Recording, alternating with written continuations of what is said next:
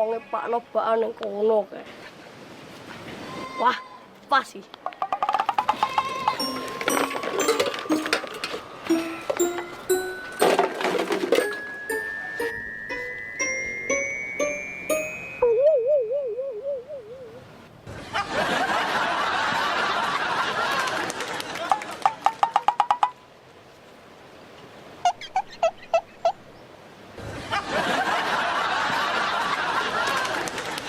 Ngene iki aku yo malah sarepotan lho Dik Mintul. Kok sak repotan piye to Pak No? Lah piye sampean ndeleh corong loro yo mbok pasang ning kono kabeh.